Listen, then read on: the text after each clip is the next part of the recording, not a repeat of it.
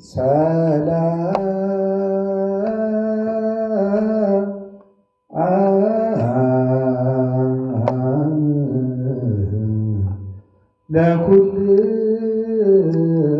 ለኩልክሙ ይላል።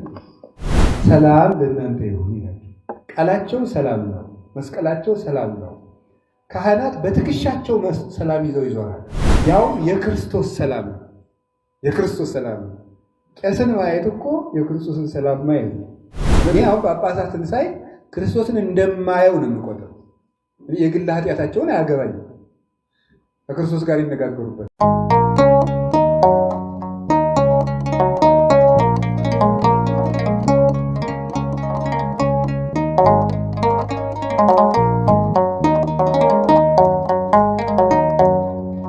ኪዳነ ምሕረት እመቤት እመቤት ኪዳነ ምሕረት እመቤት እመቤት ነይልን ነይልን ካለንበት ነይልን ነይልን ካለንበት። በስመ አብ ወወልድ ወመንፈስ ቅዱስ አሐዱ አምላክ። በስመ አብ ወወልድ ወመንፈስ ቅዱስ አሐዱ አምላክ። በስመ አብ ወወልድ ወመንፈስ ቅዱስ አሐዱ አምላክ። ይትባረክ እግዚአብሔር አምላከ አበዊነ ቅዱሳን ዘሰብሐ ምሕረቱ በላዕሌነ። ምሕረቱን ቸርነቱን ይቅርታውን ባለ በዘመናችን ሁሉ ያጸናልን የአባቶቻችን ፈጣሪ እግዚአብሔር በአንድነቱ በሦስትነቱ ስሙ የተመሰገነ ይሁን። የእናታችን የቅድስት ድንግል ማርያም፣ የቅዱሳን መላእክት፣ የቅዱሳን ነቢያት፣ የቅዱሳን ሐዋርያት፣ የቅዱሳን ጻድቃን ረድኤታቸው በረከታቸው ከእኛ ጋር ይሁን። የተከበሩ አባታችን መላከ ምሕረት ቆሞስ አባ ትሕትና የደብረ ምሕረት ቅድስት ክርስቶስ ሰምራ ቤተ ክርስቲያን አስተዳዳሪ፣ የተከበራችሁ ከሁለቱም ወረዳ ቤተ ክህነቶች ባሉ አጥቢያዎች የምታገለግሉ አባቶቻችን ሊቃውንት፣ መምህራን፣ አባቶቻችን ካህናት፣ ወንድሞቻችን ዲያቆናት፣ የቤተ ጉባኤያችን ደቀ መዛሙርት ሁላችሁ አንድ አምላክ በሚሆን በአብ በወልድ በመንፈስ ቅዱስ ስም እንዴት ሰነበታችሁ? እንደምን አደራችሁ? እንደምን ከረማችሁ? ቸርነት የባሕሪ ገንዘቡ የሆነ ፈጣሪያችን ለዚህ ቀን ስላደረሰን ስሙ የተመሰገነ ይሁን። እንኳን አደረሳችሁ። እግዚአብሔር በመካከላችን ተገኝቶ እንዲያስተምረን እንዲመክረን ቅዱስ ፈቃዱ ይሁንልን። ያው ዛሬ እዚህ ተሰብስበናል። የርዕሰ ገዳማት ወአድባራት ጣና ቅዱስ ቂርቆስ የአባቶችና የእናቶች አንድነት ገዳም የአራቱ ጉባኤያተ መጻሕፍት የምስክር ቤተ ጉባኤ ከተመሰረተ ጀምሮ አሁን 4ኛ ዓመትን ይዟል። በዚህ ዓመት ዓመታዊ ዕቅዱን አቅዶ ለካህናት ስልጠና ለመስጠት፣ ለመነኮሳት የምንኩስና ስልጠና ለመስጠት፣ ለባለትዳሮች የትዳርና የልጅ አስተዳደግ ስልጠና ለመስጠት አቅዶ በዚህ ዓመት 3 ዕቅዶችን እያከናወነ ደቀ መዛሙርቱ ከሚማሩበት ከመደበኛ ትምህርቱ በተጨማሪ የሐዋርያዊ አገልግሎትን ደግሞ በዚህ መልኩ እየፈጸመ ይገኛል። ስለዚህ ባለፈው በዓመታዊ ዕቅዳችን መሰረት በጾመ ነቢያት በጉባኤ ቤቱ ዙሪያ ያሉ 2 ወረዳዎች ላይ የሚገኙ ካህናትን በከፊል ማለት ነው ከአንድ ደብር 5 ካህናትን በመጥራት ምስጢረ ሥላሴ፣ ትምህርተ ሃይማኖት፣ ትምህርተ ክህነት እና ነገረ ቤተ ክርስቲያን የሚሉ ስልጠናዎችን ለ3 ቀን ያህል ተማምረን ጉባኤ ቤቱ ሰጥቶ ይህን ፈጽሞ ነበረ። በዛ ጊዜ አባቶቻችን ካህናት ጉባኤው ቢደገም ባላችሁ በጠየቃችሁት መሰረት በዓመት የገብርኄር እንዲደገም ገብርኄር የካህናት ቀን ስለሆነ የሁሉም ምዕመናን ቀን ቢሆንም ግን በተለየ የካህናትን የሚመለከት ቀን ስለሆነ በዚያ ቀን ስልጠናው ቢካሄድ ብላችሁ በጠይቃችሁት መሰረት ዛሬ ይሄ ስልጠና ተደግሞ ለአንድ ቀንም ቢሆን የአገልግሎት መጣበብ ስላለ ጾምም ስለሆነ እናንተም በአገልግሎት ስለምታዱ ሌሊቱን ሙሉ በቤተ ክርስቲያን ከአገልግሎት መጣበብ አንጻር ለአንድ ቀንም ቢሆን እናካሄደው ብለን በዚህ ቀን ተሰብስበን ተገናኝተናል ማለት ነው። ጥሪያችንን ተቀበላችሁ ከርቀት በእግራችሁ ተጉዛችሁ ጭቃ ያለውን በጭቃው ባህሩ ደሴቱ ዙሪያ ያለውን ጭቃ እስከ መሀል እግራችሁ እየገባችሁ ጀልባውን እስኪደርስ ድረስ ታግሳችሁ በአገልግሎት አድራችሁ የልጆቻችሁን ጥሪ ሳትንቁ ስለመጣችሁ የካህናት ጌታ ኢየሱስ ክርስቶስ በመጣ ጊዜ የክህነታችሁን ዋጋ ያስረክብልን፣ እግዚአብሔር ይስጥልን። በጉባኤያችን ስም ደቀ መዛሙርቱንም ጭምር ወክዬ የጉባኤ ቤታችን አንዲት ምርቃት አለች። እሷም የጉባኤ አምላክ ይስጥልን የምትናት የጉባኤ አምላክ ይስጥልን እያለ ስለዚህ እንኳን ደህና መጣችሁ። ጉባኤ ቤቶች አስፈላጊነታቸው እንደዚህ ነው። ካህናትን ያስተምራሉ፣ ያሰለጥናሉ። ካህናት የተማሩ ናቸው፣ ግን እንዲመካከሩ፣ እንዲወያዩ፣ እንዲጠያየቁ፣ ስለ ልጆቻቸው እንዲያስቡ፣ ስለጠፉት በጎች እንዲነጋገሩ፣ እቅድ እንዲያቅዱ፣ የንስሐ ልጅ አያያዛቸውን እንዲዋጁ፣ ዘመኑን ዋጅተው ከልጆቻቸው ጋር በቤተ ክርስቲያን ማዕከልነት እንዲጓዙ፣ ኖላዊነታቸውን እንዲወጡ፣ መነኮሳት ገዳማቸውን በስርዓት እንዲያጠብቁ፣ ምዕመናን ከቤተ ክርስቲያናቸው ጋር እንዲኖሩ፣ መለያየት እንዲጠፋ አብያተ ጉባኤያት ሲበዙ ይህንን ትምህርት ይሰጣሉ ማለት ነው። ይህም የእግዚአብሔር ፈቃድ ነው። ፈቅዶ ስለሰበሰበን ክብር ምስጋና ይግባው። በመካከላችን ተገኝቶ ያስተምረን። ዛሬ እንግዲህ በሰዓት እናንተም ስለምትመለሱ ለእኛም ከሰዓት ፈውስ መንፈሳዊ የተባለ ሳምንታዊ ከቀኑ 9 ሰዓት ከ20 ጀምሮ በሳምንት አንድ ቀን መነኮሳቱም እንግዶችም አርዲቱም ተሰብስበው ደቀ መዛሙርቱም እናስኬደው ጉባኤ ስላለ ከዛ በፊት መጨረስ ስላለብን እናንተም በሰዓት ስለምትመለሱ ረጅም ስልጠና ሳይሆን ዛሬ ስልጠናም ሳይሆን የምንወስደው ስልጠናችን የዕለቱ ወንጌል ነው ማለት ነው። የዕለቱ ወንጌል ትርጉሙን ሰምተን ወደ ቤታችን እንሄዳለን ማለት ነው። ስለዚህ በቅዳሴ ላይ የተነበበው ወንጌል ትርጉሙ ምንድን ነው ምስጢሩ የሚለውን እንሰማለን። ዛሬ ሌላ ስልጠና አንሰጥም። ዋናው ስልጠና ዛሬ ክርስቶስ መድኃኔዓለም ራሱ ለደቀ መዛሙርቱ የሰጣቸው ስልጠና ነው። ይሄ ገብርኄርን በተመለከተ ነው የምንነጋገረው ማለት ነው። በገብርኄር እና ሙሉ የገብርኄርን ወንጌሉን እንነጋገራለን ማለት ነው። ላለው ይጨመርለታል የሚለውን ቃል አንስተን እንነጋገራለን። እንግዲህ ጌታችን መድኃኒታችን ኢየሱስ ክርስቶስ ወደ መጨረሻው አካባቢ ለደቀ መዛሙርቱ ያስተማረው ትምህርት ነው። ይሄ ሕማማት ሲቃረብ ያስተማረው ትምህርት ነው። ይሄ ትምህርት ለደቀ መዛሙርቱ ብዙ ልባቸውን የሚጠብቁበት ትምህርት ሰጥቷቸዋል። ስለዚህ ከሰጣቸው ትምህርቶች አንዱ ይሄ ነው። እንግዲህ እንደምታውቁት ጌታችን መድኃኒታችን ኢየሱስ ክርስቶስ መንግሥተ ሰማያትን ቅርብ አድርጓታል። አይደለም እንዴ?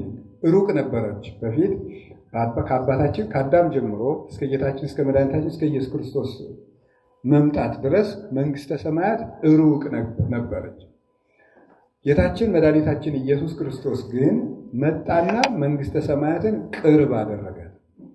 መንግሥተ ሰማያትን ቅርብ አደረጋት። ያ የሆነበት ለምንድን ነው? ቃል ሥጋ ስለሆነ ዮሐንስ ወንጌል ምዕራፍ 1 ላይ እንደምናነበው መጀመሪያ ቃል ከኛ ሩቅ ነበር፣ ቀዳሚው ቃል ውእቱ ወውእቱ ቃል ሀበ እግዚአብሔር ውእቱ ወእግዚአብሔር ውእቱ ቃል ወዝንቱ ቀዳሚሁ እምቀዲሙ ሀበ እግዚአብሔር ውእቱ ወውእቱ ኩሉ ኮነ ወዘንበሌ ውሳን ወዘኮነ ወይምትኒ እምዘኮነ ወዘሂ ኮነ በእንቲአሁ ወቱ ሕይወት ውእቱ። ስለዚህ በመጀመሪያ ያ ቃል ቀዳማዊ ነው። ያ ቃል በእግዚአብሔር አብ ሕልው ሆኖ የሚኖር ነው። ያ ቃል ራሱ እግዚአብሔር ነው። ያ ቃል በእግዚአብሔር መንፈስ ቅዱስም ሕልው ነው። ዓለም በሱ ሕልውና በሱ አካልና በሱ ፈቃድ የተፈጠረ ዓለምን የፈጠረው ቃል ቁጥር 14 ዮሐንስ ወንጌል ምዕራፍ 1 ቁጥር 14 ስትወልዱ ቃል ሥጋ ሆነ ወሐደረ በእኔነ ቃል ሥጋ ሆነ የእኛንም ሥጋ ተዋህደ በእኛ ተገለጠ። ወሬነ ስብሐቲሁ ከመ ስብሐተ ወልድ ዋሂድ ለአቡሁ ለአባቱ አንድ እንደሆነ ልጅ ያለ ክብሩን አየ። ዘመኑ ጸጋ ወጽድቅ ወሞገሰ ጸጋን ጽድቅን ሞገስን ተመልቶ ማለት በባህሪው ያለውን ጸጋ ይዞ በተዋሂዶ ለሥጋ ገንዘቡ ሆኖ ጌታችን መድኃኒታችን ኢየሱስ ክርስቶስ ወደዚህ ዓለም መጣ። ኦሪትሰ በሙሴ ተውበት ለነ ኦሪት በሙሴ ተሰጥታን ነበር።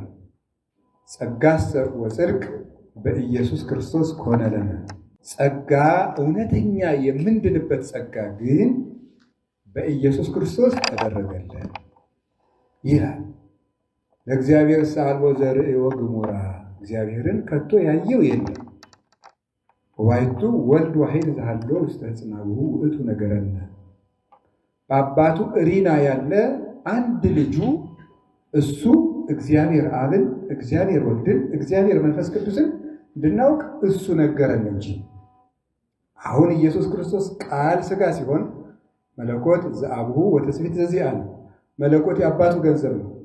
ሥጋ ደግሞ የኛን ገንዘብ ነው። የአባቱን ባህሪ ይዞ ሰው ሲሆን አምላክ ለእኛ ቅርብ ሆነ። አማኑኤል ተባለ። አማኑኤል ማለት እግዚአብሔር ምስሌነ ማለት እግዚአብሔር የኛን ሥጋ ለበሰ። ቅዱስ ጳውሎስ ዕብራውያን ምዕራፍ 2 ቁጥር 14 እስከ 17 እንደነገረን ለዘነጾሰ ኢነስኦ እመላእክት አላ እምዘራ አብርሃም አለ የነሳውን ሥጋ ከመላእክት ይዞት አልመጣም፣ የአብርሃምን ሥጋ ይዟል እንጂ። ወበይንተዝ ኢይሐፍር ብሂለ አኀዊየ ስለዚህ ወንድሞቼ ማለትን አያፍርም። እስመ ደቂቅ ተሳተፍዎ በሥጋ ወደም ልጆች በሥጋና በደም እሱን መስለውታልና እሱ የእኛን ሥጋ ስለለበሰ ክርስቶስ ወደኛ ቀረበን፣ በእኛም አደረ። አንሶ ሰው ውስተ ዓለም እስመ መሐሪ ውእቱ መፍቀሬ ሰብእ ቅዱስ ኤፍሬም እንዳለ በዚህ ዓለም ተመላለሰ፣ እንደ ሰው ተወለደ፣ በጨርቅ ተጠቀለለ። ዘይጠበልሎ ለሰማይ በደመና ሀደረ ውስተ ቤቱ ለሌዊ ወተወዲየ ውስተ ጎል ወተጠብለለ በአጽርቅት ሰማይን በደመና የሚሸፍነው ጌታ አጢፎስ የሚባል ሊቅ በሃይማኖተ አበው ሲናገር ሰማይን በደመና የሚጋርደው ጌታ ከሌዊ ወገን በተወለደች በእመቤታችን በቅድስት ድንግል ማርያም ማኅፀን አደረ። ብርሃናትን የሚለፍ ዘይታጸፍ ብርሃናት የሚባል ወቱ ብርሃን ዘይጠፍ የማይጠፋ ብርሃን አለው። አልቦ ዘይክል ቀሪበ ሀቤሁ ወደሱ መቅረብ የሚቻለው የለም የሚባል ጌታ የእኛን ሥጋ ለብሶ በጨርቅ ተጠቅሎ በበረት ተጥሎ በየጥቂቱ አድርጎ ተመላልሶ መንግሥተ ሰማያትን ቅርብ አደረጋት። ክርስቶስ መንግሥተ ሰማያትን ያቀረባት የመጀመሪያው እሱ ወደኛ መጥቶ ሥጋ ስለሆነና ሥጋ ምን ስለሆነ ነው? አምላክ ስለሆነ በተዋሂዶ ነው። አምላክ ሰው ስለሆነ ሰው ደግሞ በተዋሂዶ አምላክነትን ገንዘብ ስላደረገ ወኮነ ሰማይ ዓለመ ወዓለምሂ ሰማይ ኮነ ሰማይን ዓለም አደረገው ክርስቶስ፣ ዓለምም ሰማይ ሆነ። ቤተልሔም ጎል ጽርሐ አርያምን ሆነች፣ ጽርሐ አርያም ደግሞ ጎልን ሆነች። እንዴት? እስመ ለዘወለዶ አብ ዘምስጢር በምስጢር ዘይትረከብ ወለደቶ ቅድስት ድንግል በምስጢር ዘይትረከብ አብ በማይመረመር ምስጢር የወለደውን ድንግል ማርያም በማይመረመር ምስጢር ወልደዋለችና የአብ ልጅ የድንግል ልጅ ስለሆነ መንግስተ ሰማያት ክርስቶስን ተከትላ ቅርብ ሆነች ማለት ነው። የእግዚአብሔር ልጅ የሰው ልጅ ሊሆን ስለመጣ የእግዚአብሔር ከተማ የሰው ከተማ ሆነች ማለት ነው። አምላክ ሰው ስለሆነ ወስብሐትኒ ዘውስተ ሰማይ ኮነ በዲበ ምድር፣ በሰማይ የሚደረገው ምስጋና ወደዚህ ዓለም መጥቶ በዚህ ዓለም ተደረገ። ስለዚህ መንግስተ ሰማያት አምላክ ለእኛ ሲቀርብ ሁሉ ነገር ቅርብ ነው። አምላክ ሲርቅ ደግሞ ሁሉ ነገር አብሮ ይርቃል። አዳም እግዚአብሔር አብሮት ሳለ ሁሉ ነገር ቅርቡ ነው። መላእክት ቅርቦቹ ናቸው። ደስታ ቅርቡ ነው። ሰላም ቅርቡ ነው። ፍቅር ቅርቡ ነው። አንድነት ቅርቡ ነው። ፍጥረታት ሁሉ ለሱ ቅርቦች ናቸው። ጤና ቅርቡ ነው። ሕይወት ቅርቡ ነው። ለአዳም ጤንነት ቅርቡ ነው። የህሊና ሰላም ቅርቡ ነው። እንስሳት አራዊት ቅርቦቹ ናቸው ለአዳም። አዳም እባክህ ሰብተናል አርደህ ብላን እስኪሉት ድረስ። እግዚአብሔር ሲርቀው ግን ሁሉ አብሮ ራቀው።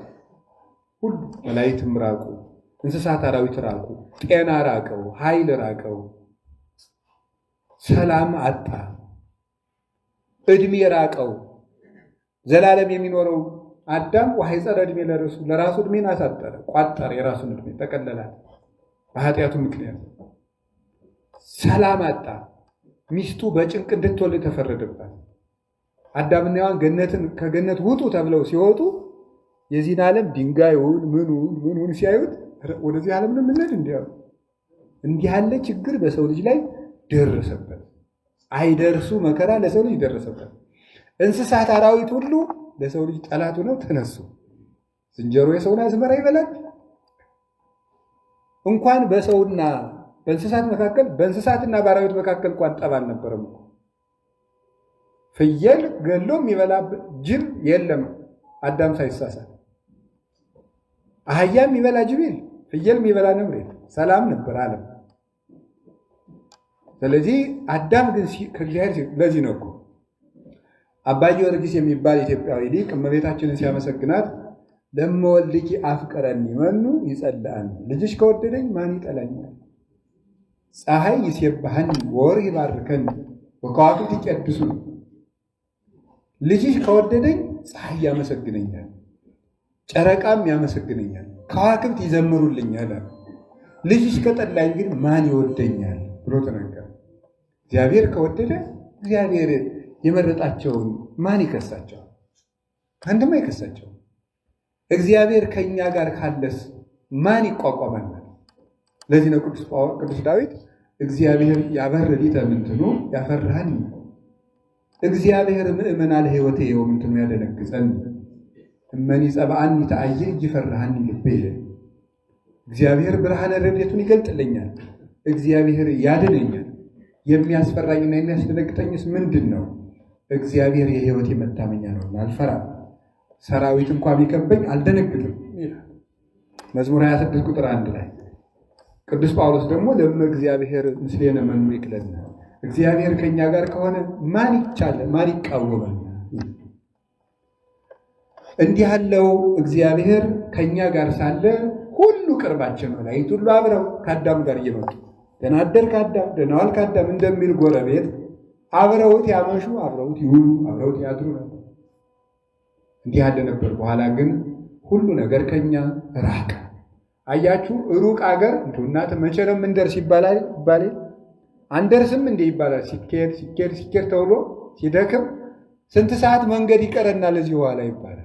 ዳዊት እንደዚህ ብሎ የእግዚአብሔር ነገር ቢርቀው አምላኬ እገይ ሳቤከ ጸማት ነፍሴ ለከ ማይዚ እበጽሕ ወሬ ገጾ ለአምላኬ፣ ፈጣሪዬ ወደ አንተ ገሰግሳለሁ፣ ነፍሴ አንተን ተጠማች። መቼ ነው የምደርሰው? የአምላኬንስ ፊት የማየው መቼ ነው ይል ነበር። እግዚአብሔር መንግስት ብትርቀው። አሁን እግዚአብሔር እንዲህ እያሉ ቢለምኑት 5500 ዘመን ሲፈጸም ትንቢት ተቆጥሮ ሱባኤ ተቆጥሮ ትንቢት ተነግሮ ሲያልቅ ወተወልደ በቤተልሔም በከመ ትንቢተ ነቢያት፣ ነቢያት ትንቢት እንደተናገሩ በቤተልሔም ተወለደ። አሁን መንግስተ ሰማያት ቅርብ ሆነች። መንግስተ ሰማያት ቅርብ የሆነችው ክርስቶስ ወደኛ ስለቀረበ ነው። አምላክ በእኛ ስጋ ስለመጣ ነው። በእኛ ስጋ ስለታየ አሁን መጣና ምን አለ መሰላችሁ? ነዋ ወንጌለ መንግስቱ ለእግዚአብሔር የሚባለው እኮ ነው። መጣና ምን እንዳለ ታውቃላችሁ?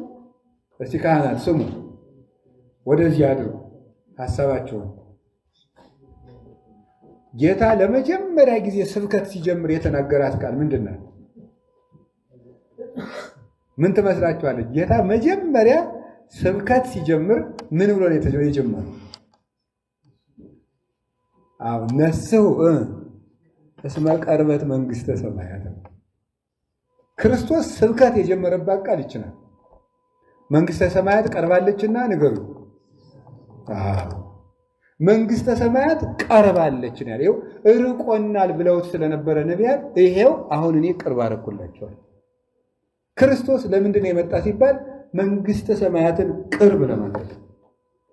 ስለዚህ ሰውና እግዚአብሔርን አስታረቃቸው፣ ሰውና መላእክትን አስታረቃቸው፣ ፍጥረታትን ቀደሳቸው፣ ነፍስና ሥጋን አዋሃዳቸው፣ ሕዝብና አሕዛብን በሙሉ አንድ ማህበር አደረጋቸው። ለአንድ እረኛ አንድ መንጋ እንዲሆኑ አደረገ። ክርስቶስ መንግሥተ ሰማያትን ቅርብ አደረገ።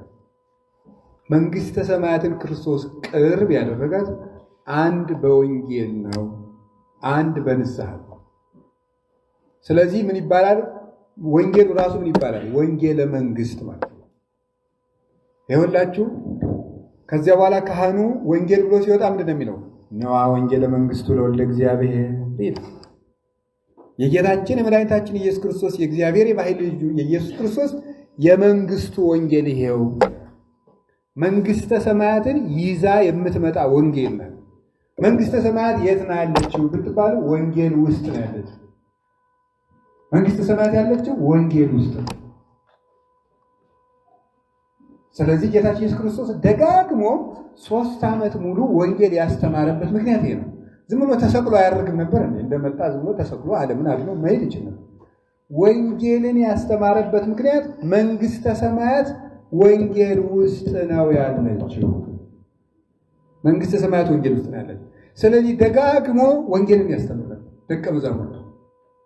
አሁንም መንግስተ ሰማያት ወንጌል ውስጥ ነው ያለችው። ድህነት ወንጌል ውስጥ ነው ያለችው። የክርስቶስ መንግስት ወንጌል ውስጥ ነው ያለችው። ተድላ ደስታ ወንጌል ውስጥ ነው ያለችው። ድህነት ወንጌል ውስጥ ነው ያለችው። ነፃነት ወንጌል ውስጥ ነው ያለችው። የዘላለም ሕይወት ወንጌል ውስጥ ነው ያለችው። ክብር ወንጌል ውስጥ ነው ያለችው። ሞትን ማሸነፊያው ወንጌል ውስጥ ነው ያለው። አማን አማን እብለክሙ እመቦ ዘአቀበ ቃሌ ኢይጥዕሞ ለሞት። እውነት እውነት እላችኋለሁ ቃሌን የጠበቀ ቢኖር ሞትን አይቀምስም። ዮሐንስ ወንጌል ምዕራፍ 8 ላይ ቃሌን የጠበቀ ሰው ሞትን አይቀምስም። ስለዚህ የክርስቶስ ቃሉ ሕይወት ነው። ዮሐንስ ወንጌል ምዕራፍ 6 ላይ ደግሞ ሲነግረን ወዘኒ ቃል ነገርኩክሙ መንፈስ ውእቱ ወይሃዩ፣ አሁን እኔ የምነግራችሁ ቃል መንፈስ ነው ያድናልም ብሎ። ስለዚህ ወንጌል መንግስተ ሰማያት ወንጌል ውስጥ አለ። ቄስ ምንድን ነው ብትሉ መንግስተ ሰማያትን ለሰው ይዞ የሚዞር ማለት። ቄስ ማለት መንግስተ ሰማያትን ለሰው ወስዶ የሚያቀርባት ሰው። ይሄ ሁላችሁ ክርስቶስ ብሎ ይዞ የሚሄድ የንጉሥ ክርስቶስ አዋጅ ነጋሪ፣ ሰላምን በትከሻው ይዞ የሚዞር ነው ካህን ማለት። ሂዱ ከገባችሁበት ቤት ሰላም ለዚህ ቤት ይሁን በሉ። በገባችሁበት ቤት ከተቀበሏችሁ ሰላሜ በዚያ ቤት ያድራል ብሎ ነግሯል። ስለዚህ ካህናት ሰላም የሚያድሉ ከእጃቸው ሰላም ይገኛል። ከመስቀላቸው ሲያሳልሙ ነዋ መስቀለ ሰላሙ ለክርስቶስ ይላል። ሲቀድሱ ሰላም